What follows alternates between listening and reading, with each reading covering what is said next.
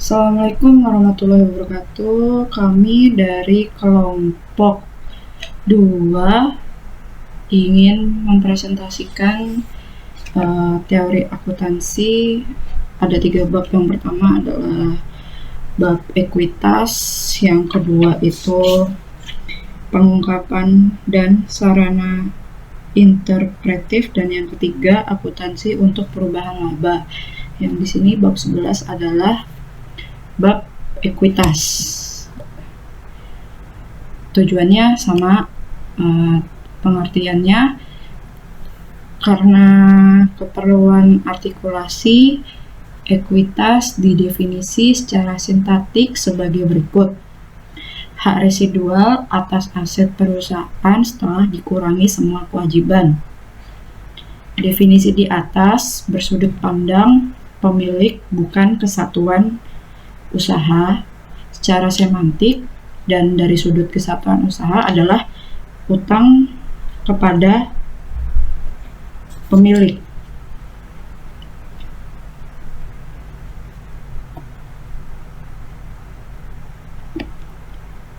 Kemudian menurut Godfrey dan Holson dan Hermes 97 itu yang membedakan ekuitas dan kewajiban atas kriteria itu, yang pertama, hak masing-masing pihak atas penyelesaian klaim.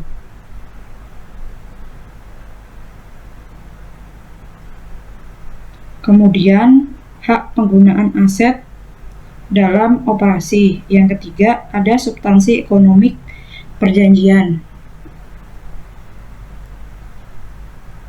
Di sini ada komponen ekuitas pemegang saham, yakni ekuitas pemegang saham ada modal setoran dan modal bentukan dan lain-lain. Modal setoran dibagi menjadi 2, yakni ada modal yuridis dan modal setoran lain. Modal yuridis ini penerbitan saham baru, kapitalisasi laba, ditahan, dividen saham, konversi obligasi atau saham terkonversi. Kemudian ada pemesanan saham. Pada modal setoran lain itu terdiri dari premi modal saham, penjualan saham, treasury, penyerapan defisit, deklarasi dividen, likuidasi, restrukturisasi kapital, revaluasi aset. Pada modal bentukan itu ada laba atau rugi dari statement laba rugi. Kemudian ada dividen, kemudian ada rekapitalisasi, kemudian ada defisit, kemudian ada koreksi, dan yang terakhir ada perubahan akuntansi. Ini beberapa istilah, yakni ada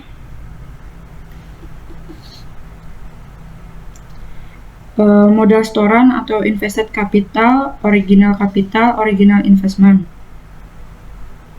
Pada modal yudiris ada legal capital, formal capital, restrict capital, state capital, dan capital stock. Dan modal setoran lain atau agio saham, paid in surplus, unrestricted capital, paid in capital in excess capital of capital stock, capital in excess of par atau state value, capital surplus, dan stock premium. Tujuan penyajian ekuitas yakni untuk efisiensi dan kepengurusan manajemen, yakni menyediakan akan informasi kepada yang berkepentingan tentang efisiensi dan kepengurusan stewardship manajemen. Tujuan yang lainnya itu menyediakan informasi tentang riwayat serta prospek investasi pemilik dan pemegang ekuitas lainnya. Kemudian informasi tentang kewajiban yudiris perseroan terhadap para pemegang saham dan pihak lainnya itu merupakan tujuan penyajian ekuitas pemegang saham atau tanggung jawab yuridis itu pemilik. Terus untuk memenuhi tujuan tersebut, informasi yang harus disampaikan tentang ekuitas itu yakni sumber ekuitas pemegang saham beserta riwayatnya. Yang kedua, peraturan yuridis yang membatasi pembagian dividen dan pengembalian modal setoran kepada pemegang saham. Yang ketiga, prioritaskan beberapa golongan pemegang saham atau pemegang ekuitas lainnya, atau batas perlindungan dan rugi penyerapan rugi. Kemudian, modal setoran dibedakan dengan laba yang ditahan. Untuk mencapai tujuan penyajian berbeda dengan sumbernya, berbeda dengan kandungan informasinya atau dana dasar versus daya laba, itu terus ada penyebab perubahan perbedaan esensi, yakni pendanaan versus produktif. Kemudian ada transaksi modal versus operasi.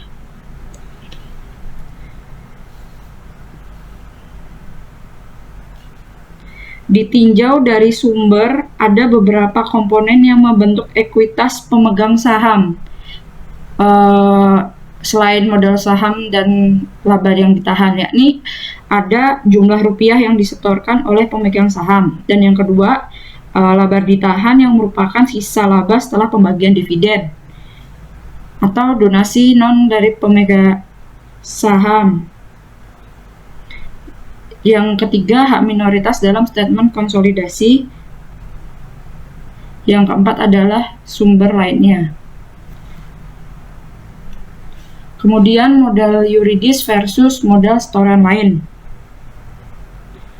Modal setoran dipisahkan menjadi modal yuridis dan modal setoran lain atau agio premium untuk menunjukkan jumlah minimal yang harus disetor dan dipertahankan untuk menunjukkan perlindungan bagi pihak non-pemegang saham, khususnya kreditor.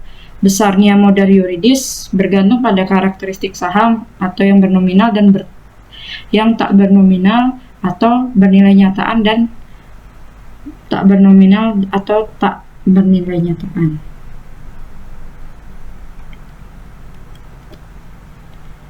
Di sini besarnya modal yuridis, karakteristik sahamnya itu ada karakteristik saham, ada modal yuridis dan modal setoran agio. Karakteristik dari saham itu bernominal. Kalau dari modal yuridis itu cacah saham yang beredar kali nilai nominal saham disebut modal saham.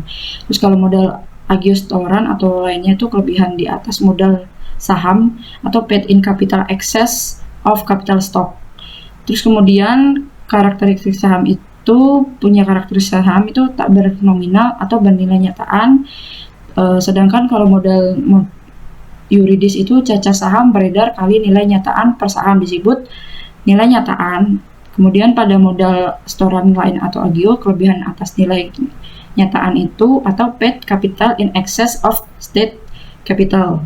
Kemudian pada karakteristik saham juga tak bernominal atau tak bernilai nyataan.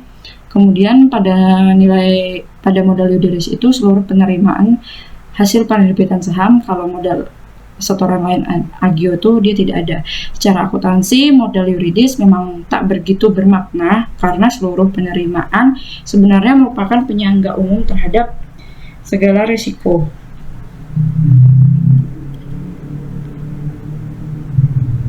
Perubahan modal setoran dan masalahnya. Di sini itu dalam kenaikan modal setoran membedakan manfaat untuk mencegah memperlakukan kenaikan akibat transaksi modal yang sebagai laba yang sehingga timbul kesannya adanya jumlah yang tersedia untuk pembagian dividen. Berbagi sumber yang dapat mengubah modal setoran dengan berbagai masalah teoritisnya, yakni pemesanan saham atau stock subscription, kemudian ada obligasi terkonversi atau berhak tukar convertible bond. Yang ketiga ada saham istimewa terkonversi atau hak bertukar atau convertible stock. Yang keempat ada dividen saham atau stock dividen. Yang kelima ada hak beli saham, opsi, waran atau stock right, option, waran. Dan yang keenam adalah saham treasury atau treasury stock. Yang pertama ada pemesanan saham. Jumlah rupiah pemesanan saham sama dengan cacah saham yang dipesan kali harga yang disepakati.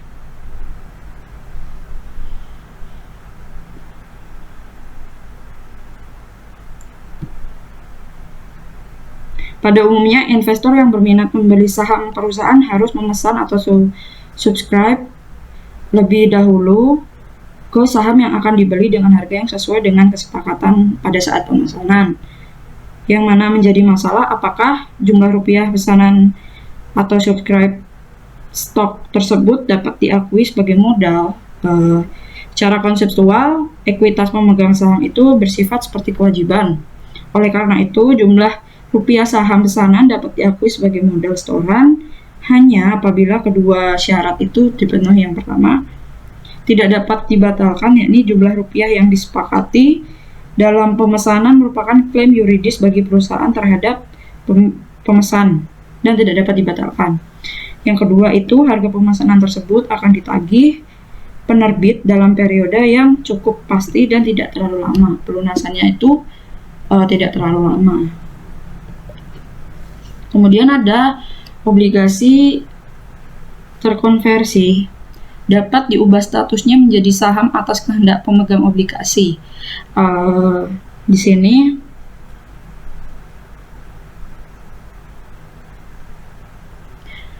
masalahnya pada saat hak ambil, berapakah jumlah modal rupiah yang diakui sebagai modal setoran, yakni untuk pajak itu alternatifnya adalah nilai bawaan obligasi, kemudian ada harga pasar obligasi, itu merupakan mana yang paling efektif. Jadi di sini tuh nilai buku atau book value atau nilai bawaan obligasi pada saat penukaran, terus harga obligasi atau pasar saham mana yang paling efektif.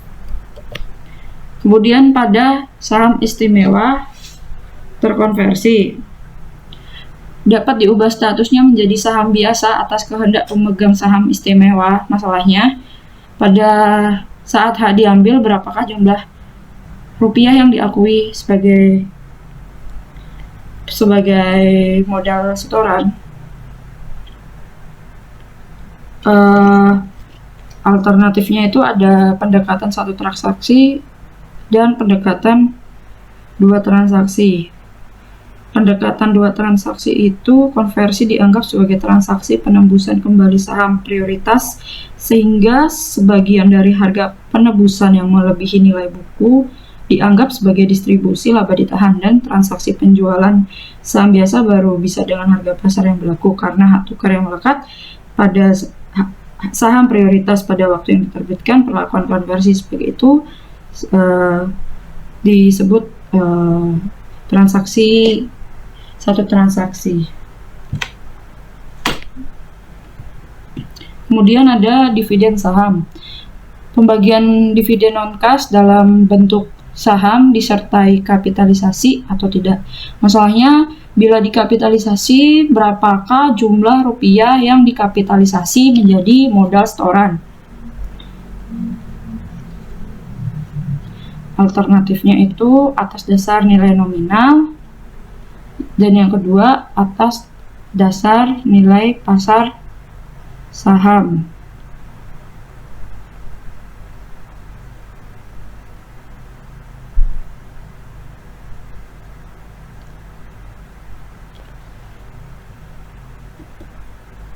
Kemudian pada hak beli saham, hak untuk membeli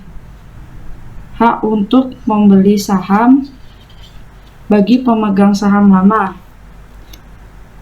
Masalahnya, jika harga beli saham lebih rendah daripada harga setara yang beredar, apakah hak perlu dikapitalisasi? Apa bedanya wara dengan opsi? Bila dividen saham dapat dikapitalisasi, maka hak beli saham juga dapat dikapitalisasi. Karena hak beli saham dapat dianggap sebagai dividen saham. Jadi hak beli saham dapat dianggap sebagai dividen saham dengan nilai sebesar harga pasar dan hak beli saham. Jumlah ini dikapitalisasi ke modal setoran lain atau paid in capital in excess of par or state value.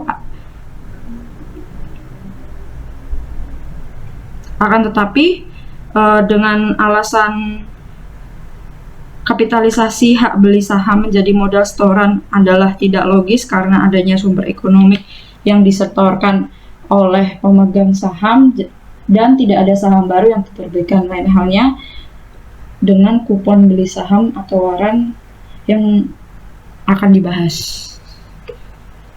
Kemudian ada opsi saham, instrumen derivatif yang berupa hak untuk membeli atau menjual sejumlah saham opsi terbitkan atau ditulis oleh investor dan dijual kepada investor lain.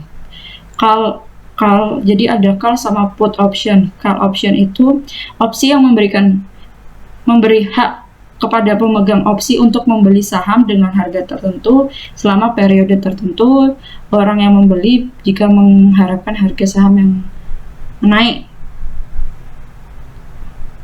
Terus yang kedua itu ada put. Put option itu opsi yang memberi hak kepada pemegang opsi untuk menjual saham dengan harga tertentu selama periode tertentu.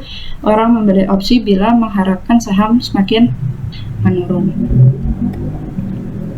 Nah, di sini bisa dilihat profil laba rugi pemegang atau pembeli. Di sini itu call option yang posisinya adalah beli. Jadi jika di sini terjadi kerugian, maka tidak akan bisa rendah dari sini. Kesimpulan call option itu memaksimalkan keuntungan. Keuntungan itu unlimited. Keuntungannya ini di sini tuh unlimited dari nilai sahamnya. Maksimal ruginya itu premium yang dibayarkan.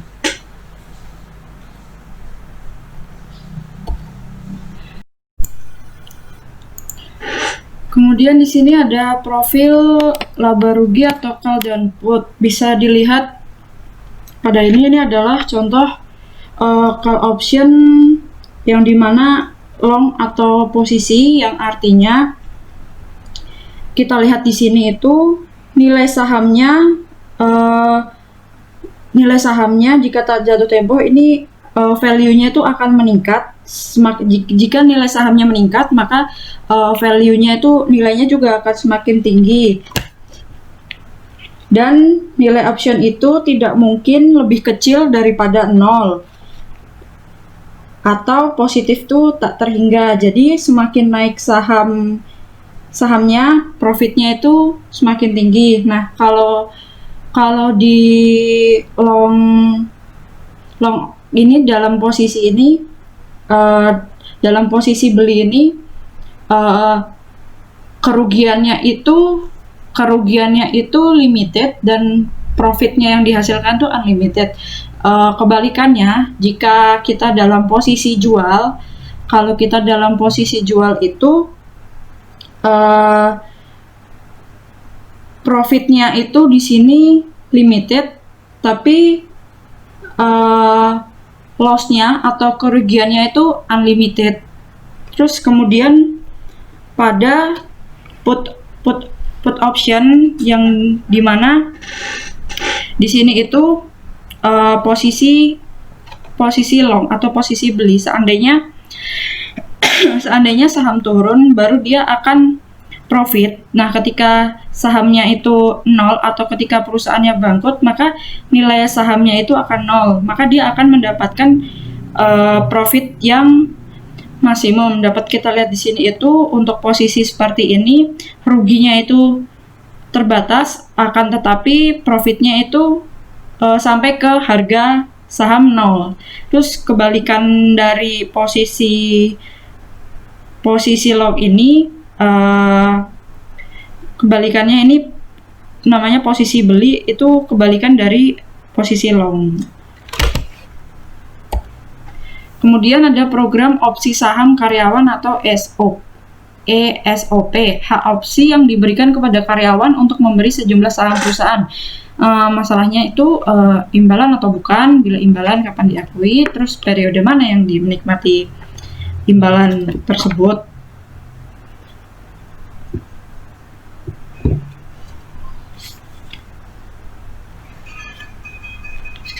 Terus kemudian ada waran. Waran di sini hak opsi saham yang dijual perusahaan kepada non pemegang saham. Karakteristiknya yang pertama, berbeda dengan hak beli saham atau opsi. Terdapat beberapa jenis, yaitu lepas, lekat, dan bebas. Kemudian perlakuan akuntansi berbeda untuk setiap jenis. Isu akuntansi bila diambil apakah harga opsi dipisahkan dengan harga sekuritas yang terkait.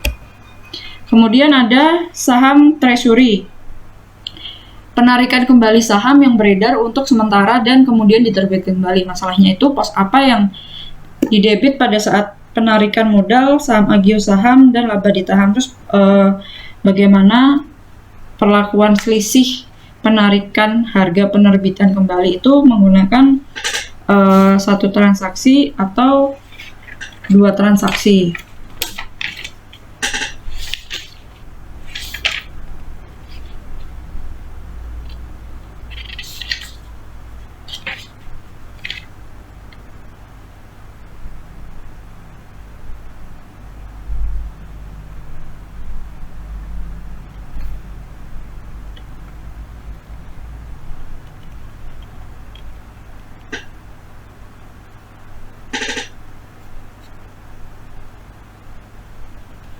Konsep satu transaksi itu tersebut itu metode cost karena jumlah rupiah yang dibayarkan dianggap seakan-akan merupakan cost pembelian saham treasury. Yang disebut satu transaksi itu karena pembelian saham treasury dan penjualannya kembali dianggap sebagai satu transaksi, yang artinya pembelian dan penjualan dianggap sebagai satuan transaksi untuk mencapai tujuan yang diinginkan dengan transaksi saham treasury tersebut.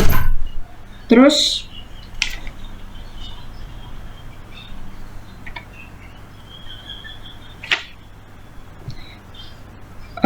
kalau saham treasury dijual kembali dengan harga di atas cost, maka jelaslah bahwa selisihnya akan menambah agio saham atau mengurangi biasa agio saham.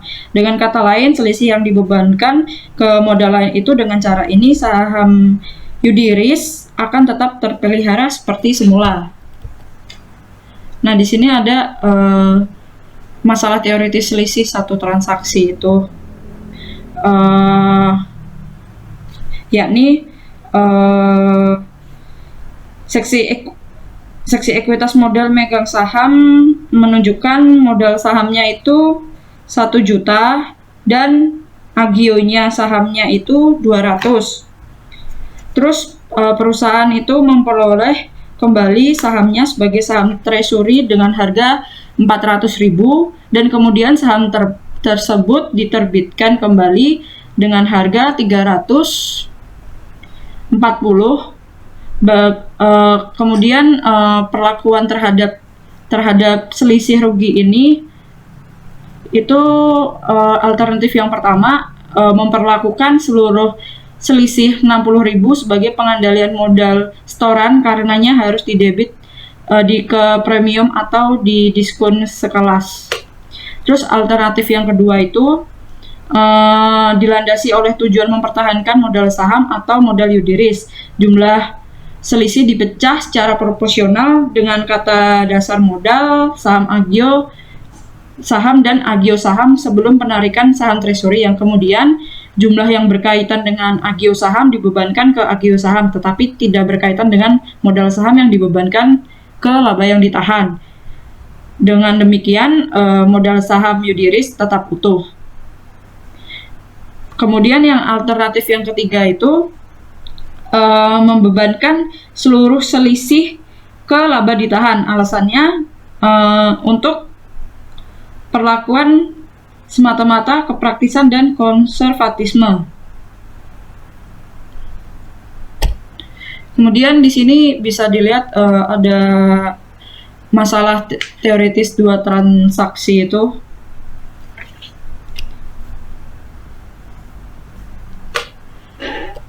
Terus perubahan laba yang ditahan.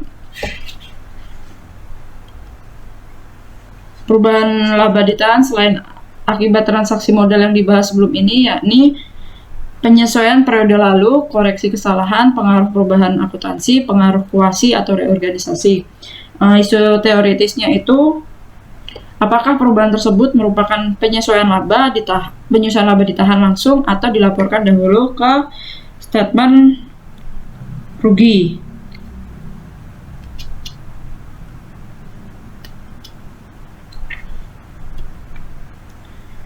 Prinsip dasar perlakuan.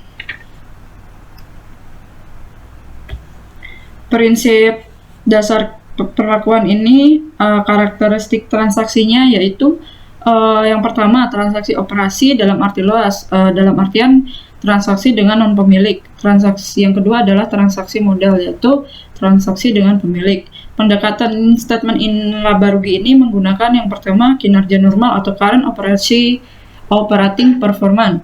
Yang kedua semua termasuk all inclusive. Yang ketiga adalah laba komprehensif, jadi semua termasuk penuh.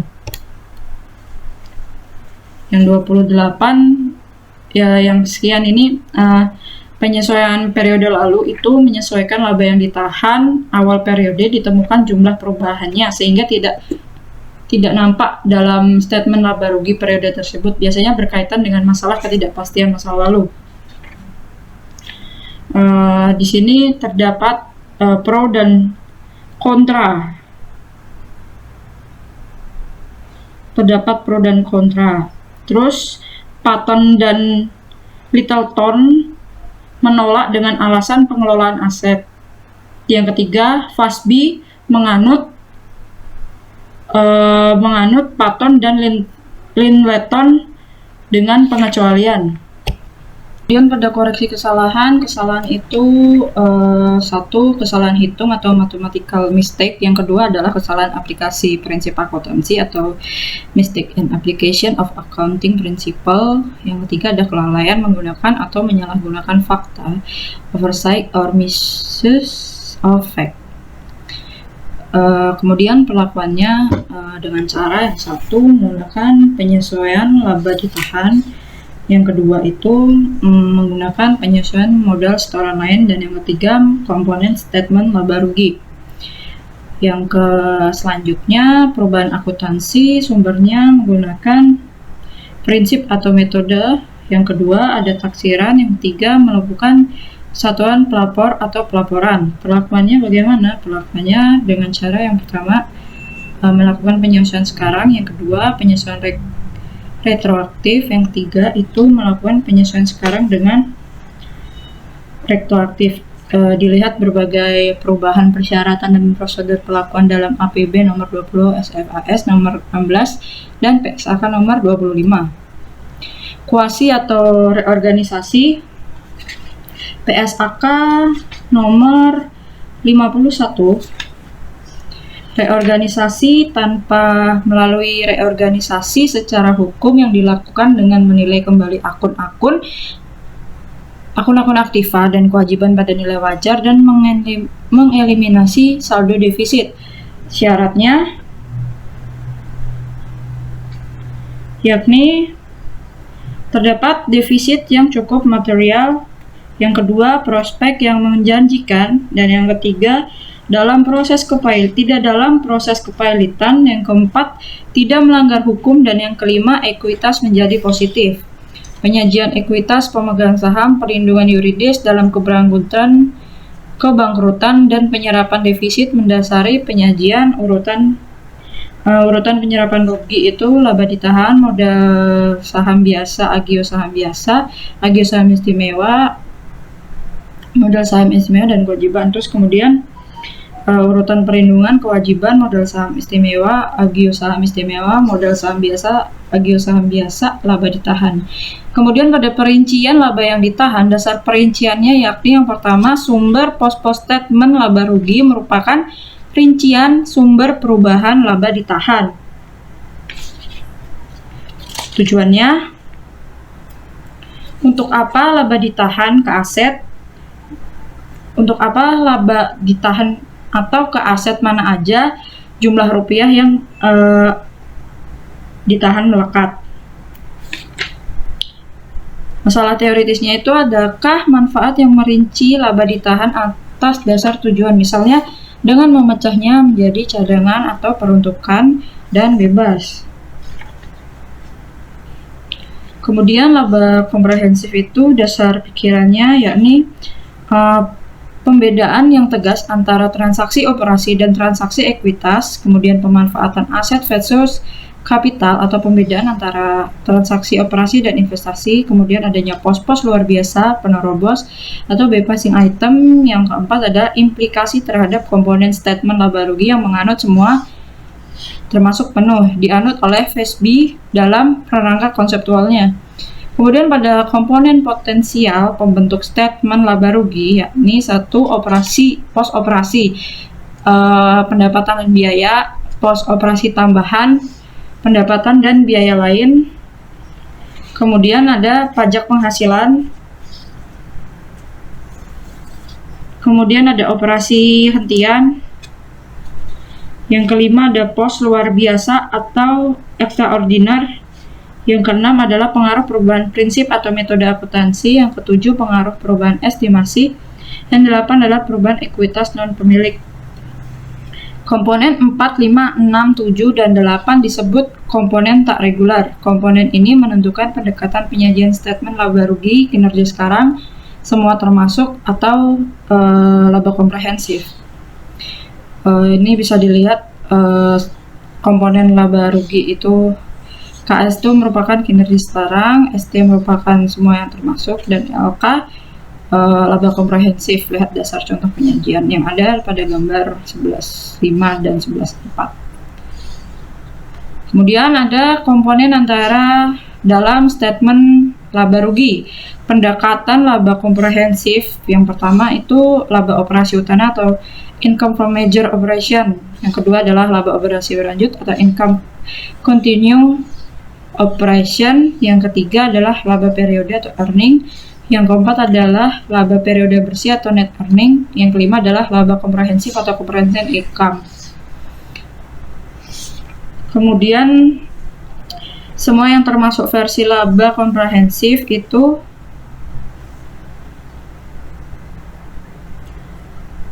statement laba rugi yang termasuk biaya itu hanya sampai di sini. Yang menjadi komponen pembeda itu hanya pengaruh perubahan akuntansi neto dikurangi yang hanya menjadi pembeda tuh di sini.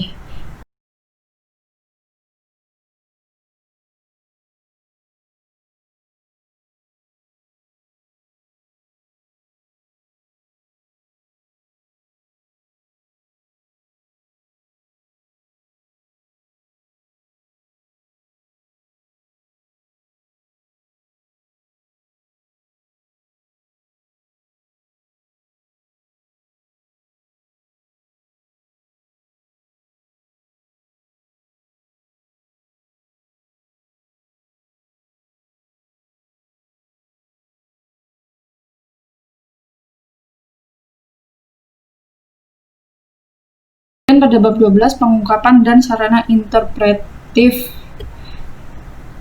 yakni pengertian pengungkapan tuh Evan 2003, penyediaan informasi dalam statement keuangan termasuk statement keuangan itu sendiri, catatan atas statement keuangan dan pengungkapan tambahan berkaitan dengan statement keuangan.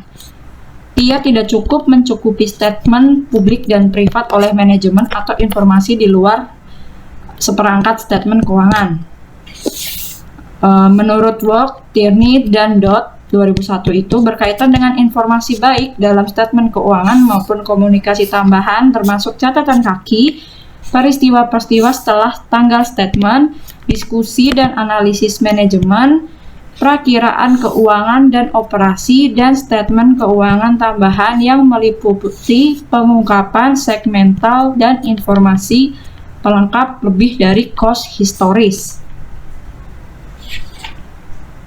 Pengertian pengungkapan dalam SFAC nomor 1, FASB membedakan antara pelaporan keuangan, financial reporting, dan statement keuangan atau financial statement. Beberapa informasi lebih baik atau efektif disediakan melalui sarana selain statement keuangan. Pengungkapan berkaitan dengan sarana selain statement keuangan. Masalah teoritis, siapa yang dituju dan untuk apa? Perlukah disampaikan? Kemudian seberapa banyak atau seberapa rinci, bagaimana cara menyampaikannya? Di sini siapa yang dituju dan untuk apa? Investor dan kreditor sebagai fokusnya. Kemudian kepentingan publik secara umum juga harus dilindungi dan dilayani. Kemudian informasi kualitatif juga dituntut untuk disediakan. pengungkapan cenderung meluas.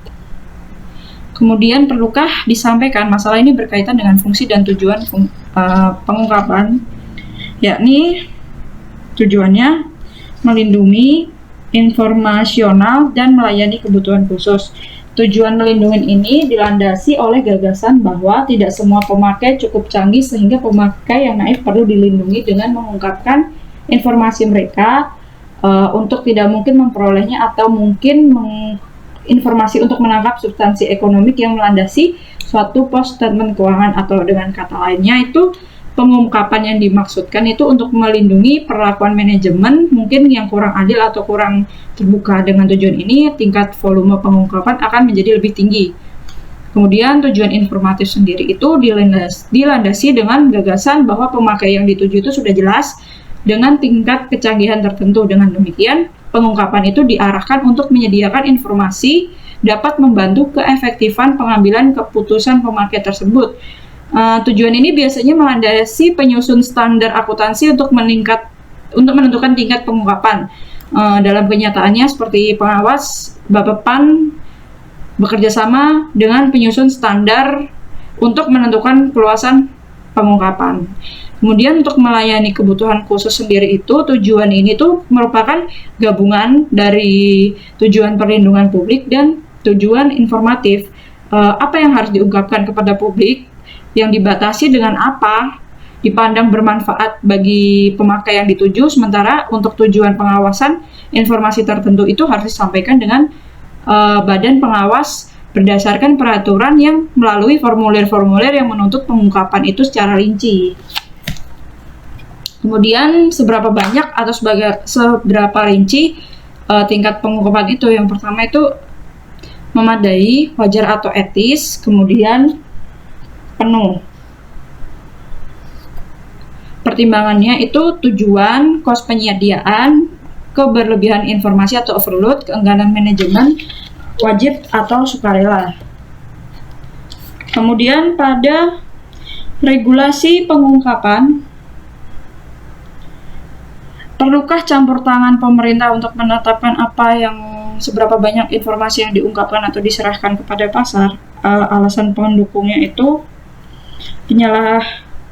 penyalahgunaan, eksternalitas, kegagalan pasar, asimetri informasi, dan keengganan manajemen.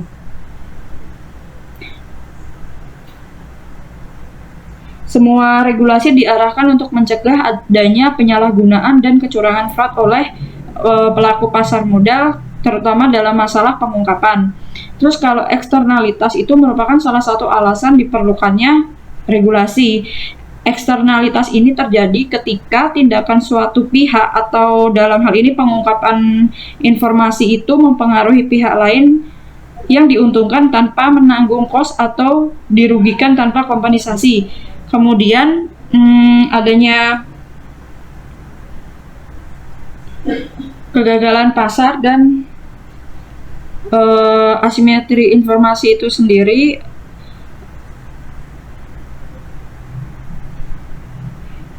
mendorong para investor untuk melakukan pencarian informasi non-publik secara individual yang mengakibatkan para investor tidak mempunyai informasi yang sama lantaran kemampuan teknis dan ekonominya tidak sama. Akibatnya pasar menjadi tidak efisien. Regulasi yang mewajibkan informasi tertentu diungkap secara publik untuk mengurangi asimetri informasi yang baik antara manajemen dan investor maupun para investor itu sendiri. Kemudian karena kepentingan sendiri, manajemen cenderung enggan untuk mengungkapkan informasi yang dapat meningkatkan kemampuan untuk memenuhi kepentingan pribadinya dengan mengorbankan kepentingan umum atau public interest. Regulasi dapat menyeimbangkan kepentingan tersebut. Atas dasar uraian ini yang dapat disimpulkan bahwa regulasi mengenai apa yang harus diungkapkan dapat dijustifikasi dari berbagai aspek. Bukti empiris juga memperkuat diperlukannya regulasi dalam pengungkapan informasi juga itu. Terus siapa yang meregulasi? Kalau di Indonesia yang meregulasi adalah Bapepam melalui peraturan Bapepam. Kemudian adalah profesi IAI melalui standar akuntansi. Di Amerika sendiri yakni yang meregulasi itu pemerintah melalui undang-undang undang-undang atau satu Lorry Law, Security 1903 dan Security Exchange 1934. Kemudian ada SEC melalui ASR. Kemudian ada profesi, FASB, GASB melalui standar akuntansi dan GAO. Apa dan bagaimana menyampaikan? Apa berkaitan dengan bagaimana proposal tentang komponen-komponen yang harus disampaikan itu melalui model inti, model FASB, model komite Jenkins, model William, dan peraturan SC atau Bapepam. Bagaimana berkaitan dengan cara atau metode pengungkapannya. Kemudian pada model inti sendiri itu, model inti di atas ini berkaitan dengan masalah pengungkapan dan pengukuran. Model tersebut sering disebut re-engineered model, lebih luas cakupannya dibanding model FASB dalam rangka konseptualnya, karena modal yang ditunjukkan kepada pemakai tidak lebih luas, terbatas pada investor dan kreditor. Alasan perluasannya itu salah satunya permintaan informasi yang relevan oleh berbagai pemakai yang melebihi yang dapat disediakan oleh model FASB, dan yang kedua tidak selayaknya sebagai kepentingan dilayani dengan sistem pelaporan yang sama. Model ini akan menggeser tujuan dari menyediakan informasi yang umum ke informasi yang multiguna. Model inti ini juga memasukkan manajemen sebagai pihak pemakai yang harus dipertimbangkan. Inti dari model di atas adalah lapisan 1, yang dimana itu core financial information management, dan yang kedua itu di sini external user.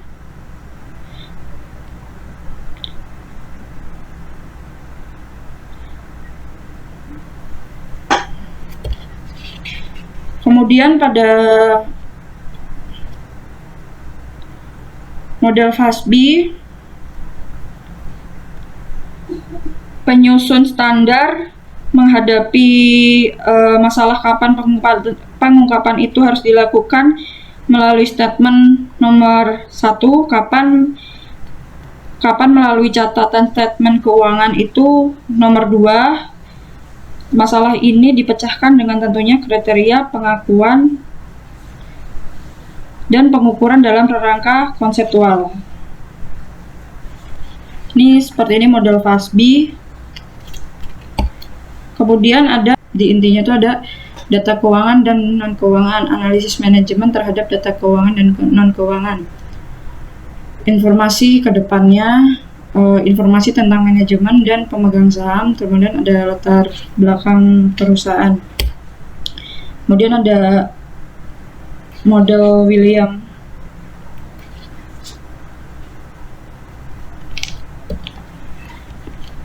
Model komite Jenkins itu data keuangan dan data non keuangan. Nah, ini di sini tuh ada statement keuangan dan pengungkapan yang berkaitan. Kemudian ada data operasi level atas dan pengukur kinerja yang digunakan secara internal oleh manajemen untuk mengelola perusahaan. Kemudian pada analisis manajemen terhadap data keuangan dan non keuangan itu alasan untuk perubahan dalam data keuangan maupun non keuangan dan jenis identitas dan efek masa lalu beberapa tren kunci atau menjadi tren key. Kemudian pada informasi ke depan itu toward looking information, itu kesempatan dan risiko terutama yang berkaitan dengan tren kunci. Kemudian rencana manajemen termasuk faktor sukses kritis atau critical success factor. Kemudian perbandingan kinerja perusahaan aktual, realisasi dengan kesempatan, risiko, dan rencana yang telah diungkapkan sebelumnya. Kemudian pada yang keempat itu informasi tentang manajemen dan pemegang saham, direktur manajemen, kompensasi pemegang saham utama, dan transaksi serta hubungan antar pihak berhubungan istimewa. Pada latar belakang perusahaan itu tujuan dan strategi perusahaan, kemudian ada lingkup dan deskripsi usaha dan kekayaan propertis, dampak struktur industri terhadap perusahaan. Kemudian pada Model William itu pada lapis pertama itu di sini ada pos-pos yang memenuhi kriteria pengakuan yang sama dengan model sekarang, berlaku model statement keuangan sebagai ciri sentral. Pos-pos yang memenuhi kriteria pengakuan tetapi bermasalah dalam reliabilitas pengukuran seperti nilai merek dagang. Terus kemudian pada lapisan ketiga itu pos-pos yang tidak begitu memenuhi kriteria reliabilitas dan definisi seperti misalnya kepuasan konsumen. Yang keempat itu pos-pos yang memenuhi kriteria pengukuran dan keterampilan dalam keberpautan tetapi tidak memenuhi definisi elemen seperti angka sensitivitas risiko. Kemudian pada lapisan kelima itu pos-pos yang tidak memenuhi definisi elemen dan juga tidak dapat diukur secara terandal seperti kapital intelektual karyawan. Di sini adalah model Hendrikse dan Van Breda. Mereka mendefinisikan pengungkapan dalam arti sempit sebagai informasi untuk menjelaskan, memperluas, dan merinci apa yang dinyatakan dalam seperangkat statement keuangan. Pengungkapan meliputi penjelasan atas statement keuangan, kemudian ada perakiraan keuangan, yang ketiga ada kebijakan akuntansi, perubahan akuntansi, dan peristiwa pasca statement, kemudian ada segmen usaha. Demikian presentasi dari saya dan akan dilanjutkan oleh rekan saya nih, Sania. Assalamualaikum warahmatullahi wabarakatuh. Saya Sania Tamara dari kelompok 1 akan melanjutkan penjelasan dari Saudari Dian Anjarwati Setia. Baiklah, untuk slide yang pertama adalah metode pengungkapan. Nah, di sini ada 7 metode pengungkapan. Yang pertama yaitu post statement keuangan, yang kedua catatan kaki, yang ketiga penjelasan dalam kurung, yang keempat istilah teknis, yang kelima lampiran, yang keenam komunikasi manajemen, yang ketujuh catatan laporan auditor. Nah, post statement keuangan merupakan pengungkapan yang menjadi ciri sentral pelaporan keuangan. Untuk dilaporkan melalui statement keuangan, suatu objek atau pos harus memenuhi kriteria pengakuan. Umumnya bersifat kuantitatif dan termasuk catatan atas statement keuangan. Catatan kaki. Nah, di catatan kaki dapat digunakan selain yang telah disebutkan dalam catatan atas statement keuangan, mempunyai keunggulan kelemahan, dan banyak standar akuntansi yang menetapkan perlunya catatan kaki. Penjelasan dalam kurung. Untuk hal-hal yang bersifat klarifikasi dan untuk sekedar menambah informasi. Yang terakhir, sekedar memuat referensi atau acuan ke tabel, rincian, atau lampiran tertentu. Istilah teknis. Nah, cara mengungkapkan konsep atau pengertian yang kompleks dalam suatu istilah khusus disiplin pengetahuan. Tidak harus mengikuti pengertian umum atau apa yang populer atau yang salah kaprah. Sebaiknya tidak mengandung kesalahan makna dan kewajiban pendidikan untuk mengenalkan dan menjelaskan istilah teknis yang tepat.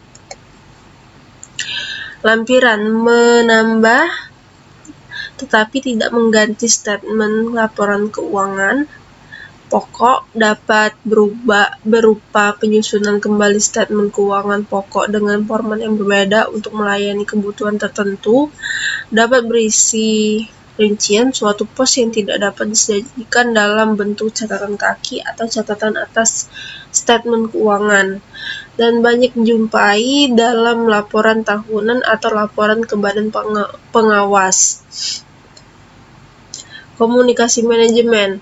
Nah, sarana untuk menyampaikan apa yang menjadi visi, ambisi, dan berbagai gagasan atau penjelasan yang tidak mungkin disampaikan via statement keuangan.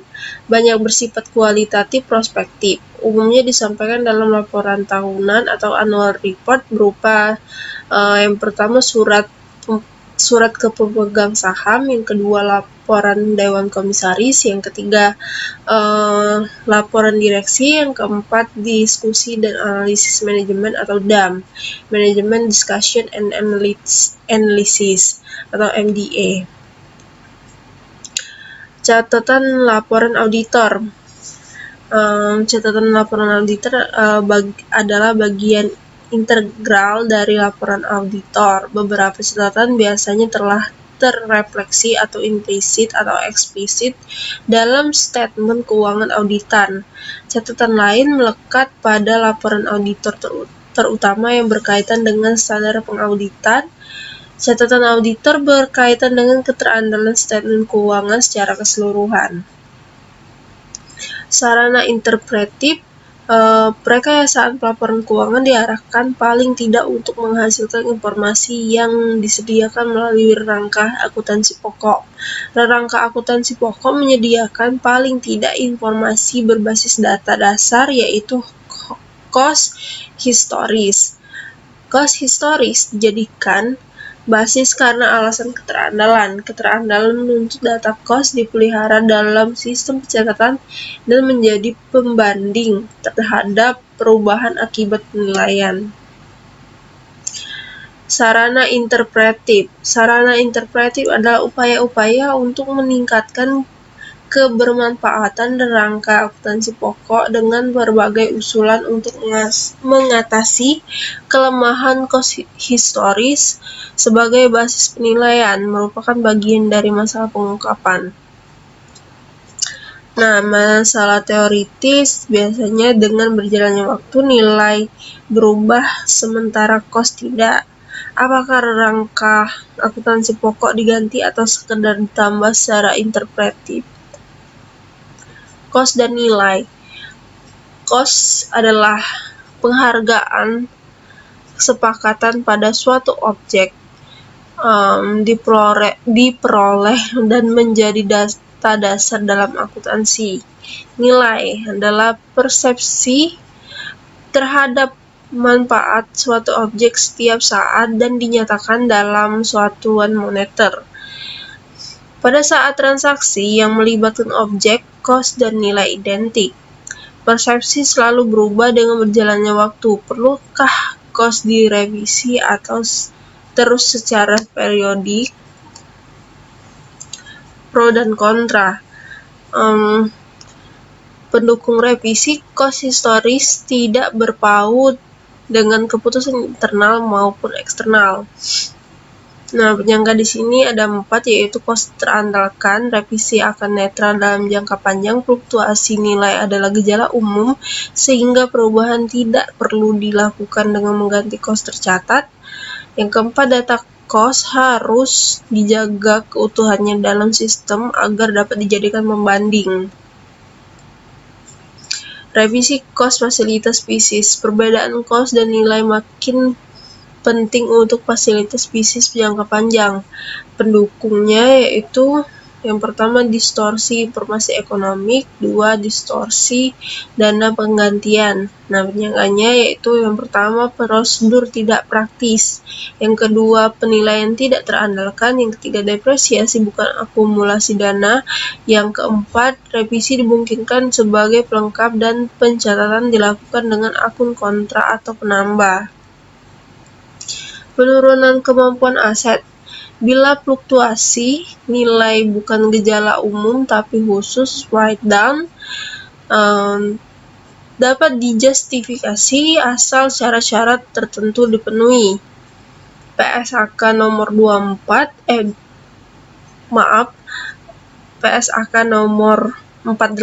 memberi pedoman untuk mengidentifikasi adanya penurunan kemampuan aset atau aset impairment. Pengangguran sementara bukan gejala yang menuntut revisi cost aset. Konversi cost ke daya beli. Fluktuasi nilai lebih berkaitan dengan persepsi manfaat atau daya tukar barang atau objek. Ini masalah penilaian. Perbedaan cost dan nilai dapat pula disebabkan oleh perubahan nilai tukar uang atau daya beli. Ini masalah unit pengukur.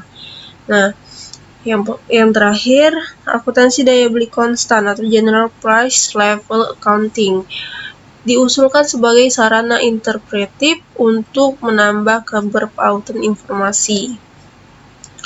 Simpulan sarana interpretif, rangka akuntansi pokok mempunyai kelemahan. Sarana interpretif sangat didukung asalkan rangka akuntansi pokok tetap dipertahankan. Yang ketiga, sarana interpretif menjadi penambah atau to supplement informasi yang disediakan oleh rangka akuntansi pokok tetapi tidak menggantinya, atau to supplant. Yang keempat yaitu pembahasan lebih mendalam diuraikan di bab 13. Nah, masuk ke bab 13 yaitu akuntansi untuk perubahan harga. Perubahan harga di sini perbedaan jumlah rupiah yang dapat digunakan untuk memperoleh barang yang sama pada waktu yang berbeda. Pada umumnya, harga barang-barang cenderung menaik sehingga diperlukan lebih banyak jumlah rupiah untuk membeli barang yang sama di waktu kemudian. Masalah akuntansi, rangka akuntansi pokok dilandasi asumsi bahwa daya beli uang stabil sepanjang masa atau manfaat ekonomi barang tidak berubah. Bila perubahan harga cukup mencolok, akuntansi menghadapi masalah. Yang pertama penilaian, yang kedua unit pengukur, yang ketiga pemertahanan kapital. Cara mengatasi masalah yaitu ada 3 dari penilaian, unit pengukur, dan pemertahanan kapital. Perubahan harga, perbedaan jumlah rupiah yang dapat digunakan untuk memperoleh barang yang sama pada waktu yang berbeda. Nah, pada umumnya harga barang-barang cenderung menaik sehingga diperlukan lebih banyak jumlah rupiah untuk membeli barang yang sama di waktu kemudian. Bila perubahan mencolok, masalah relevansi terpengaruh. Konsekuensi perubahan harga. Nah, cost historis tetap terandalkan tetapi keberpautannya dengan keputusan menjadi berkurang. Angka penjumlahan dalam akuntansi menjadi kurang bermakna karena merupakan penjumlahan unit pengukur yang berbeda, analogi dengan adding orange and apples. Perlu upaya untuk mempertahankan keterandalan tetapi keberpautan juga harus dicapai. Jenis perubahan harga. Nah, di sini ada 3, harga umum, spesifik, dan relatif. Untuk harga umum adalah perubahan karena inflasi atau daya beli, terjadi perubahan meskipun manfaat atau daya tukar barang sama. Yang spesifik, perubahan karena persepsi terhadap manfaat barang atau perubahan teknologi. Terjadi perubahan meskipun tidak terjadi perubahan daya beli. Yang terakhir, relatif, perubahan harga spesifik setelah pengaruh perubahan daya beli dipisahkan atau diperhitungkan. Pos-pos moneter dan moneter. Pembedaan dalam rangka akuntansi perubahan harga. Berbeda dengan lancar dan tak lancar. Pos moneter tidak sama dengan pos lancar. Pos moneter berkaitan dengan untung rugi daya beli, yang pos moneter berkaitan dengan untung atau rugi penahanan. Makna perubahan harga umum. Nah, bisa dilihat di tabel ini. Untuk mehomogenuskan unit pengukur diperlukan indeks harga umum atau General Price Index dan tahun dasar atau base year. Implikasi akuntansi perubahan harga umum, pembelian fasilitas bisnis pada waktu yang berbeda-beda mengakibatkan penjumlahan kos menghasilkan angka yang kurang bermakna. Bisa dilihat di tabel ini, saldo atas dasar daya beli berbeda dengan angka nominal. Perbedaan makin nyata kalau indeks harga makin berbeda. Implikasi akuntansi perubahan harga umum. Penahanan pos moneter menimbulkan untung atau rugi daya beli. Penahanan aset moneter Misalkan daya beli kas awal yang ditahan 160 per 100 dikali 1 juta, yaitu 1.600.000 rupiah. Daya beli yang dipegang akhir tahun 160 per 200 dikali 1 juta, yaitu 800.000 rupiah. Nah, rugi daya beli menahan aset moneter di sini yaitu dikurangkan menjadi 800.000 rupiah. Penundaan pelunasan utang moneter dimisalkan daya beli utang yang ditunda 160 per 100 dikali 1.500.000 rupiah sama dengan 2.400.000 rupiah. Daya beli pelunasan saat pelunasan itu 160 per 160 dikali 1.500.000 rupiah, yaitu 1.500.000 rupiah. Untuk daya beli penundaan pelunasan utang moneter di sini dikurangkan menjadi 900.000 rupiah. Untung atau rugi daya beli tersembunyi dalam statement laba rugi cost historis. Lihat interpretasi makna untung atau rugi daya beli di halaman 631 di buku. Implikasi akuntansi perubahan harga spesifik menimbulkan untung atau rugi penahanan baik terrealisasi maupun belum yang tidak tampak dalam statement laba cost historis. Bisa dilihat ini adalah implikasi akuntansi perubahan harga spesifik, di mana membandingkan cost historis dan cost sekarang. Implikasi akuntansi perubahan harga relatif. Nah, di sini ada dua pos, yaitu moneter dan moneter. Nah, moneter mengarah ke untung atau rugi daya beli atau purchasing power gains atau loss. Untuk yang non-moneter mengarah ke penahanan moneter dan penahanan real. Penahanan moneter mengarah ke untung atau rugi penahanan moneter atau monetary holding gains atau loss. Penahanan real mengarah ke untung atau rugi penahanan real atau real holding gains atau loss. Penahanan moneter tidak terrefleksi dalam contoh-contoh model karena ini informasi aset atau kewajiban jangka panjang tidak disertakan. Akuntansi daya beli konstan mengatasi perubahan harga akibat perubahan daya beli. Aspek teoritisnya ada 4, yaitu yang pertama pemilihan indeks harga atau tahun dasar, yang kedua pro kontra, yang ketiga daya beli sebagai jenis kapital, yang keempat status terhadap statement keuangan dasar. Pemilihan indeks konversi. Yang pertama indeks awal tidak intuitif, yang kedua indeks akhir mengharuskan pos-pos operasi dikonversi, yang ketiga indeks rata-rata tengah menghasilkan rupiah konversian pos-pos operasi yang mendekati rupiah nominal bila transaksi terjadi secara merata sepanjang tahun. FASB menyarankan penggunaan indeks harga konsumer perkotaan rata-rata atau Consumer Price Index for all urban consumer.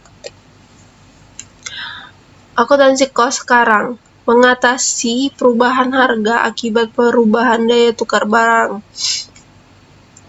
Aspek teoritisnya yaitu ada 6. Yang pertama dasar pengukuran, yang kedua bagaimana kapital dipertahankan, yang ketiga sumber dan teknik pengukuran cost sekarang, yang keempat pro dan kontra, yang kelima pemecahan laba menjadi komponen operasi dan komponen penahanan, yang keenam status terhadap statement keuangan dasar. Akuntansi cost sekarang. Nah, dasar pengukurannya ada 3, yaitu cost pengganti, nilai jual sekarang, nilai realisasi harapan. Konsep terkait ada 5, yaitu jumlah rupiah terperoleh kembali, yang kedua nilai penggunaan, yang ketiga nilai pasar sekarang, yang keempat nilai sekarang aliran kas masa datang, yang kelima margin pembelian. teknik pengukuran kos sekarang ada 4 teknik, yaitu yang pertama pengindeksan, yang kedua penghargaan langsung, yang ketiga pengkosan unik, yang keempat penghargaan fungsional. Akuntansi hibrida menggabungkan keunggulan akuntansi daya beli dan akuntansi kos sekarang. Bisa dilihat di gambar 13.9 untuk perbedaan. Disebut kos sekarang daya beli konstan atau current cost atau constant purchasing power accounting, yang dicontohkan dalam model 4. Standar akuntansi perubahan harga di Amerika Serikat, yaitu yang pertama SFAS nomor 33, yaitu pelaporan berbasis kos sekarang dan daya beli konstan diwajibkan untuk perusahaan yang memenuhi kriteria. Yang kedua SFAS nomor 82, hanya pelaporan berbasis kos sekarang diwajibkan. SFAS nomor 89, yaitu pelaporan pengaruh perubahan harga hanya bersifat anjuran. Di sini bisa dilihat contoh penyajian pengaruh perubahan harga versi SFAS nomor 33.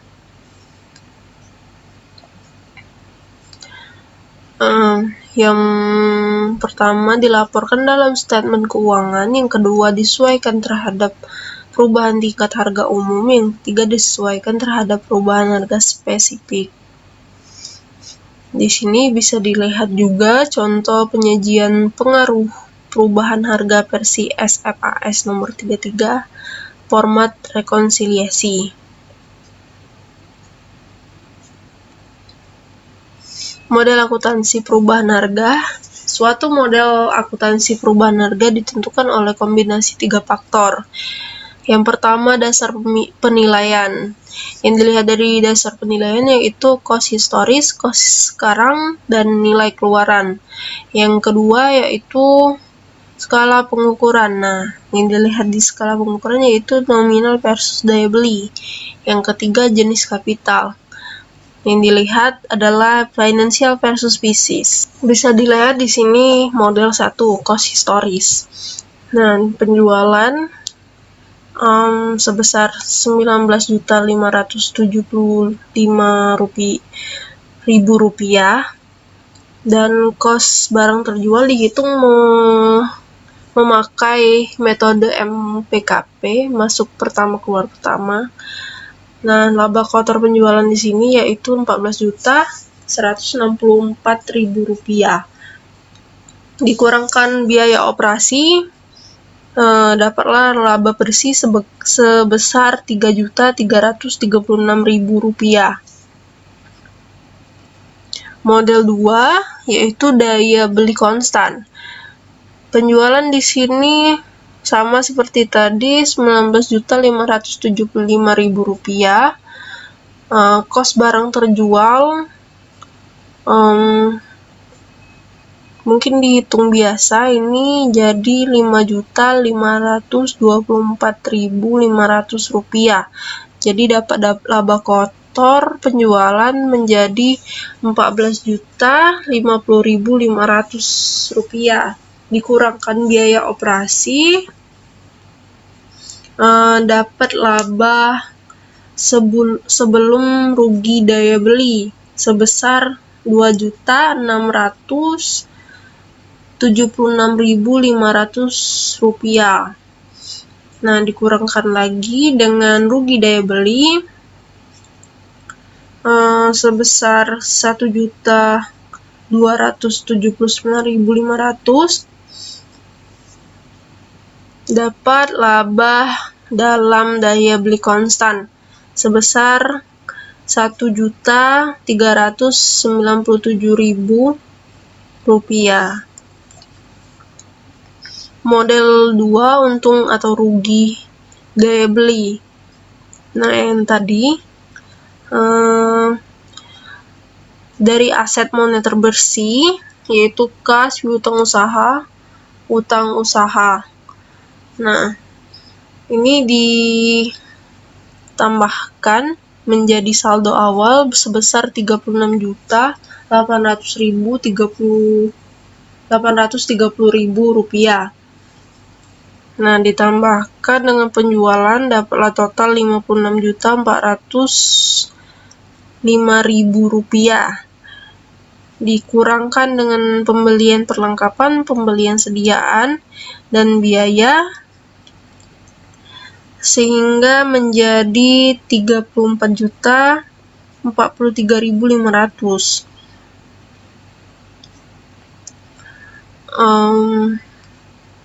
Dan saldo akhirnya menjadi 22.361.500. Saldo akhir dalam daya beli rata-rata yaitu 21.082.000 rupiah. Nah, jadi rugi daya belinya menjadi 1.279.500. Model 3, kos sekarang.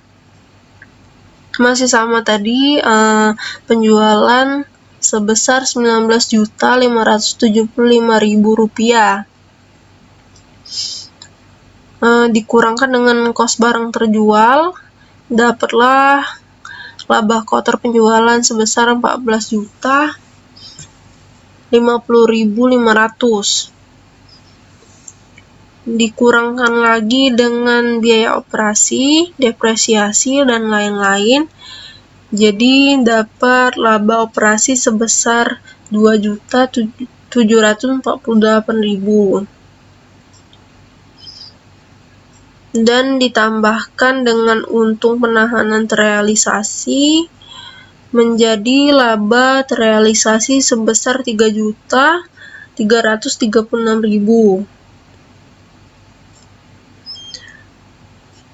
Dan ditambahkan juga dengan untung penahanan belum terrealisasi. Jadi dapat laba kos sekarang nominal sebesar 6.489.000 rupiah. Model 4, kos sekarang atau daya beli konstan. Nah, di sini penjualan masih seperti tadi, 19.575.000 rupiah, dikurang dengan kos barang terjual sehingga dapat laba kotor penjualan sebesar 14.050.500. Dikurangkan dengan biaya operasi sehingga dapat laba operasi sebesar 2.748.000 rupiah. Ditambah dengan untung penahanan terrealisasi karena di sini rugi menjadi minus, jadi 71.500.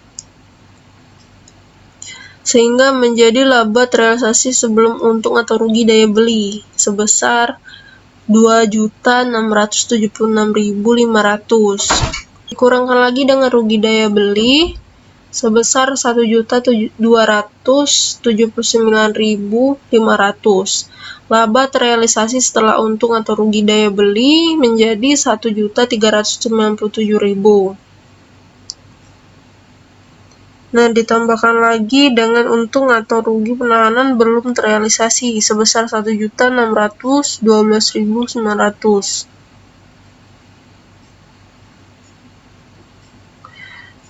Menjadi laba bersih kos sekarang atau daya beli konstan menjadi 3.009.900 rupiah. Model 5, kos PISIS atau kos sekarang atau PISIS.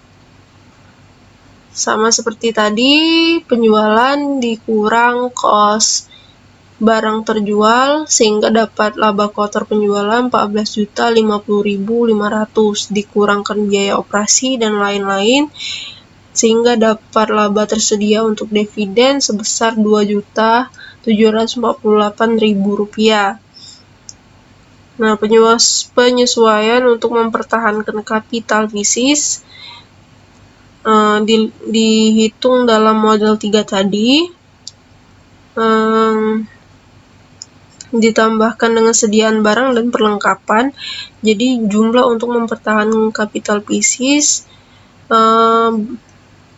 berjumlah Rp3.741.000.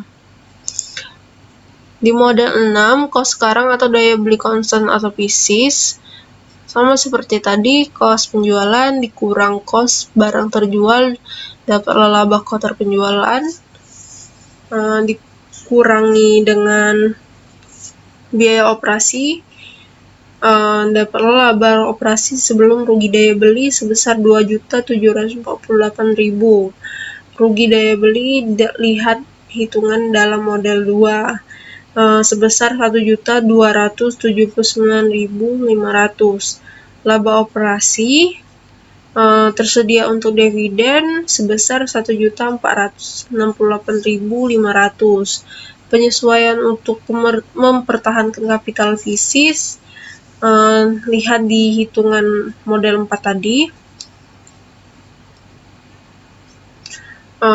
yaitu berupa sediaan barang dan perlengkapan.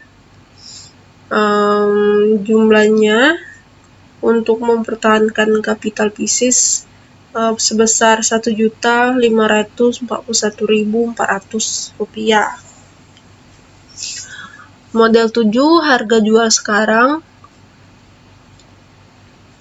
Penjualan sebesar Rp19.575.000 dikurangkan dengan kos historis barang terjual MPKP, dapatlah laba kotor penjualan terrealisasi sebesar Rp14.164.000, dikurangkan dengan biaya operasi menjadi aliran dana masuk Rp6.600.000.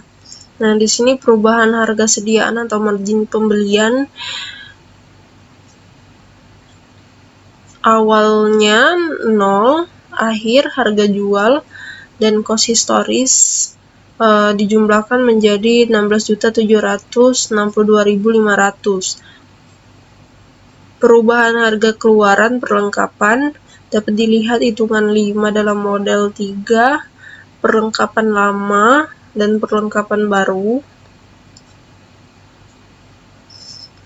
Terjadi perubahan harga keluaran perlengkapan, yaitu Rp200.000.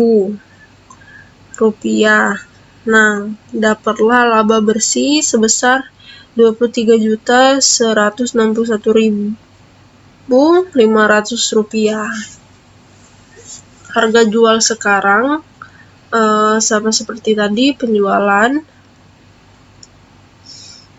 dikurang dengan pembelian barang dan biaya operasi, sehingga dapat aliran kas berasal dari operasi sebesar Rp840.000, aliran kas masuk harapan dari sediaan akhir dan penurunan nilai atau harga aset bisnis, dapatlah laba harga jual sekarang sebesar Rp23.161.500. Model 8 yaitu harga jual sekarang atau daya beli konstan, sama seperti tadi,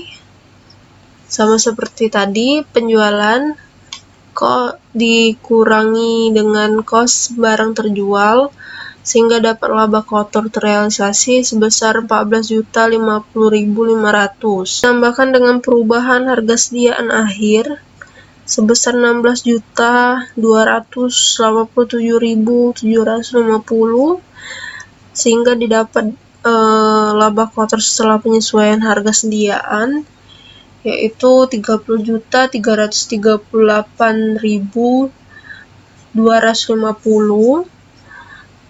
Setelah itu ada perubahan harga keluaran perlengkapan, di mana perlengkapan lama dan perlengkapan baru. ditambahkan menjadi perubahan harga keluaran perlengkapan sebesar Rp2.197.100. Laba penyesuaian fasilitas bisnis di sini dikurangkan dengan perubahan harga keluaran perlengkapan tadi sehingga menjadi Rp28.141.150 dan dikurangi dengan biaya operasi sehingga dapat laba sebelum rugi daya beli sebesar Rp20.577.150 dan dikurangkan lagi dengan rugi daya beli dari model 2 sebesar Rp1.279.500 dan didapatlah laba bersih dalam daya beli konstan sebesar Rp19.297.650.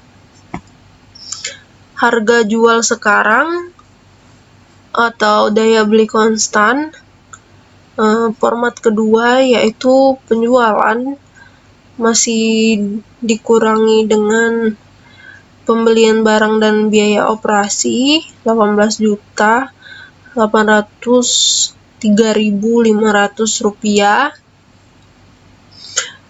Didapatlah aliran kas berasal dari operasi sebesar Rp771.500. Aliran kas masuk harapan